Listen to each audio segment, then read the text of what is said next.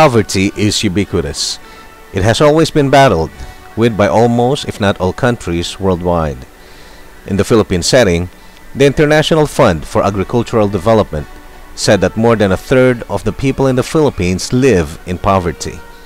The National Statistical Coordination Board presented in their 2009 poverty statistics for Davao Region that a family of 5 needed 231 pesos per day or 7,017 pesos per month to stay out of poverty.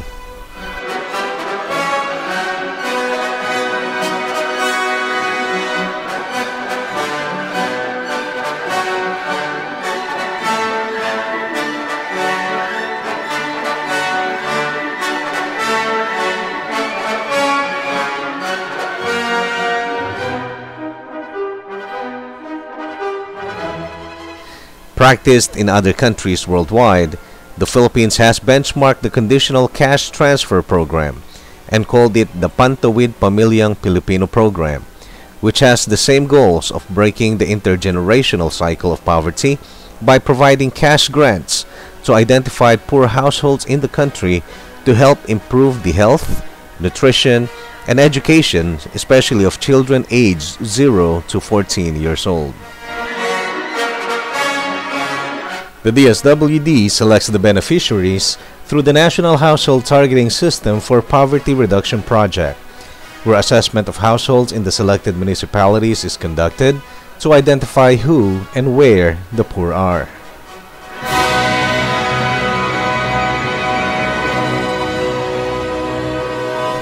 Eligible beneficiaries for Pantawid Pamilya must be first residents of the poorest municipalities based on the small area estimates of the National Statistical and Coordination Board.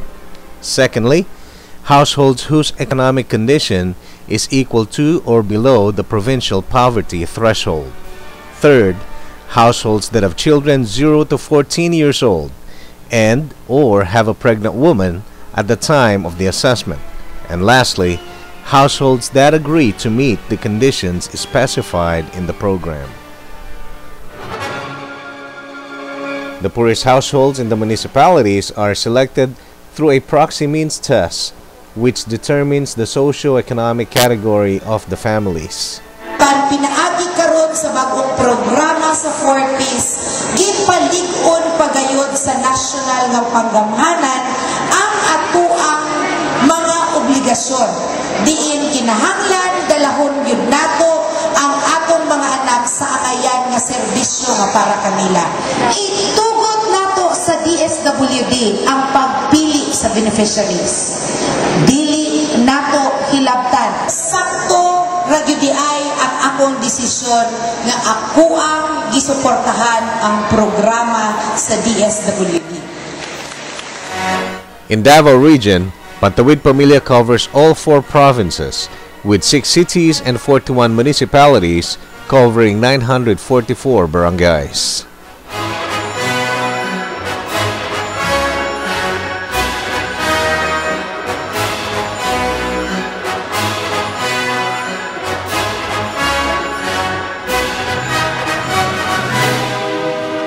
In Davao Region, around 178,000 households are identified poor and are target recipients of the program. Pantawid Pamilya continues to help more families traverse into progress in Region 11.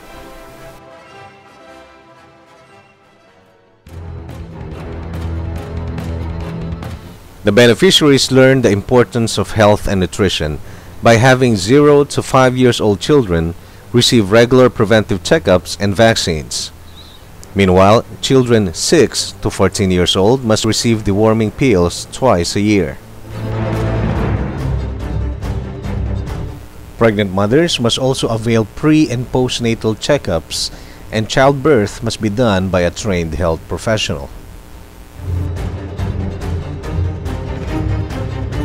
The beneficiaries also appreciate the importance of education by having their children enrolled in school and attain 85% of attendance in class.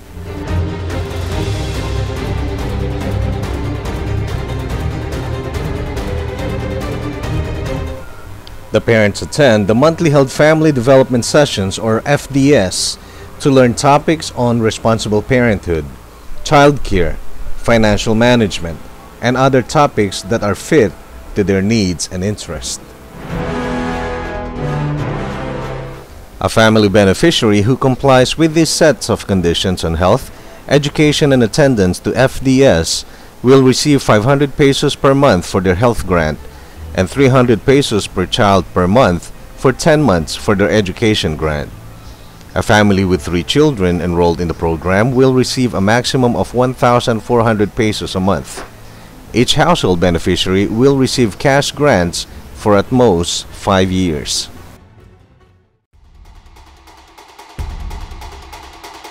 Definitely, the program Conditional Cash Transfer has helped tremendously the health, economic, shelter situation of the recipients in Davao Region. Yes, of course. Dako kayong tabang actually. Og daghang nalipay sa programa sa Presidente Pinoy, and of course kang Secretary Dinky Suliman. Kanya og aware na po sila sa ilang mga responsibilidad. Dako kaayo ang tabang sa Pantawid Pamilya program sa akong probinsya. Tungod kay nihaom ka na sa among pangandoy na unta mo kunhod ang kawadon sa katawhan sa among probinsya. Oo, nakatabang siya sa ato ang mga pamilya na identified sa 40. Karon kusog na ilang participation sa atong mga barangay, nagalink na sila sa atong mga barangay officials, nag-access na sila sa ato ang health services, and na-encourage na nila ang mga ginikanan na paiskulahon ang mga bata sa kondisyon sa ato ang 40s na programa. Dako kayo di katabang Pantawid Pamilya diri sa lungsod sa New Corilla. Nakita gyud nato nga ang katong mga pinakaubot ang kahimtang, so mao gyud kay nakadawat ug nalipay kay sila ug nakatabang gyud, no? Kay kami adto mag-isod sila sa eskwela, gani maglisod pud og adto sa atong mga health center tungod kay walay patahin, no? So karon dako na kayo kausaban.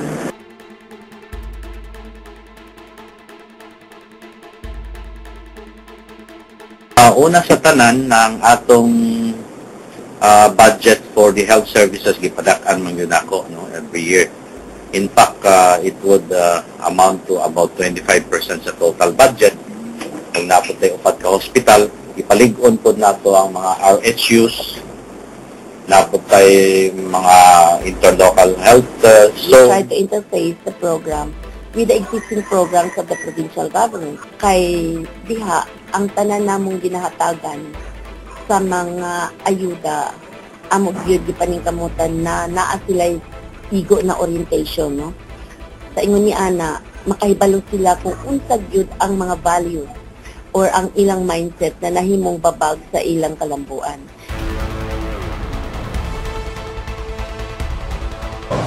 Meron pa rin kami mga programa on how we can strengthen yung Provincial Advisory Committee together with the PSWD, yung mga PHO, DepEd, yung mga planning office namin. Nagsama-sama sila dyan para matulungan kung how we can further improve this program and ensure success of this program. Ay yan ang importante. Pag may inumpisahan tayo, kailangan sustain mo yan hanggang ma-achieve mo yung goals natin. So, sustainability is one important phase of this. So, we are tapping all of our local agencies to help out, ensure the success of this program. I will encourage the policymakers to go on with the present setup where politicians are not allowed to intervene. While it is all right that we supervise them, but the supervision should not be taken as a control. It should be supervision at a distance. Unang-una, ipadayon ang Pantawid Pamilyang programa sa Presidente. Ikaduha, kinahanglan adunay close coordination sa mga tanang ahensya sa gobyerno o ang LGU. Ikatulo, which is sa observation nako, importante sa usa ka community, sa usa ka probinsya nga naghiusa ang mga political leaders para mapalambo gyud nato ang atong community. The Provincial Advisory Committee, chaired by the Provincial Governor, and the City Municipal Advisory Committee, chaired by the Mayor, conducts regular meetings to oversee the overall implementation of the Pantawid Pamilya in their respective areas.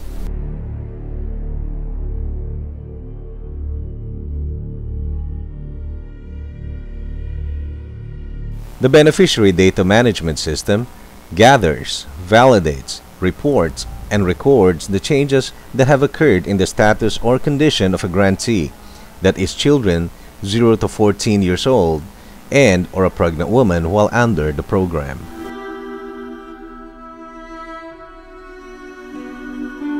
To guarantee that beneficiaries' compliance to the conditions is monitored, the DSWD has installed the Compliance Verification System, or CVS.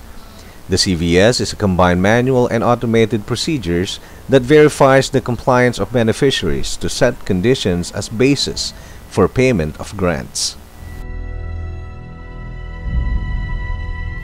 The Grievance Redress System is a mechanism used as a means to address and resolve issues and complaints related to the project implementation.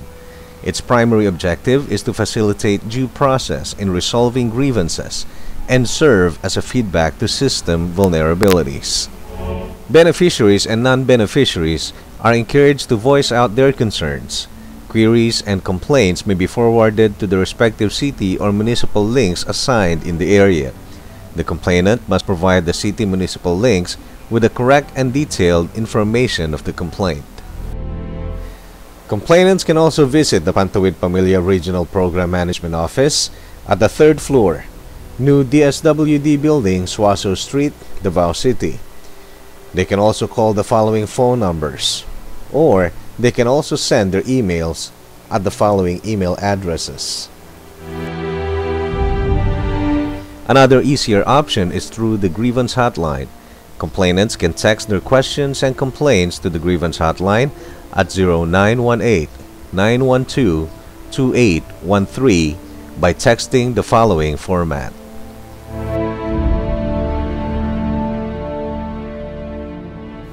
Municipal links assigned in every Pantawid Pamilya area administer the Social Welfare Indicator, or SWI, to determine if the household falls in any of these categories: survival, subsistence, and self-sufficiency.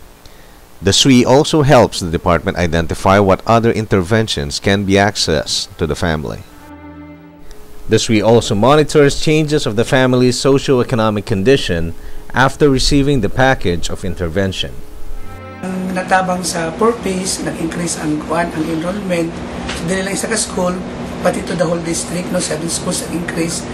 Pagkatapos, ang mga bata po, na-monitor pa kayong attendance, kaya di man matagaan ng benepisyo, basta dili po ma-monitor. Kung ako natabang ang purpose, susulop, tukod ka nagkugi na ang mga ginikanan, pag-anak sa health center, timbang sa mga bata.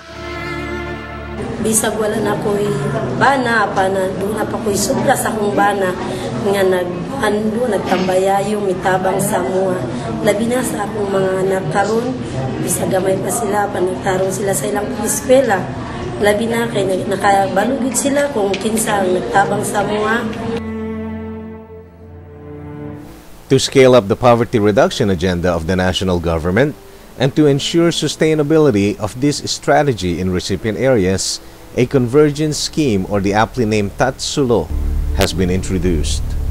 Ang DSWD ay mayroong tatlong pinakabatayang programa sa pagpuksa ng kahirapan. Ang Self-Employment Assistance Program, or SEAK, na isang capacity building program. Yung pangalawa ay Community-Driven Development. Ito ay ang tinatawag na Kalahi Seeds.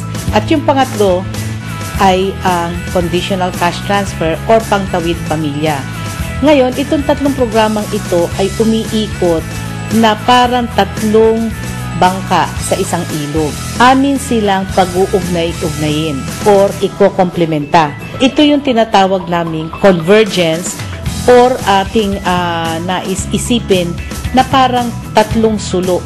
Napakahalaga na mag-ugnay-ugnay, ugnayan ng mga iba't ibang ahensya ng pamahalaan para sabay kaming kikilos at tututok sa pagpuksa ng kahirapan. The Pantawid Pamilyang Pilipino program of the Department of Social Welfare and Development is one of the programs of the government that reduce poverty among the poor households.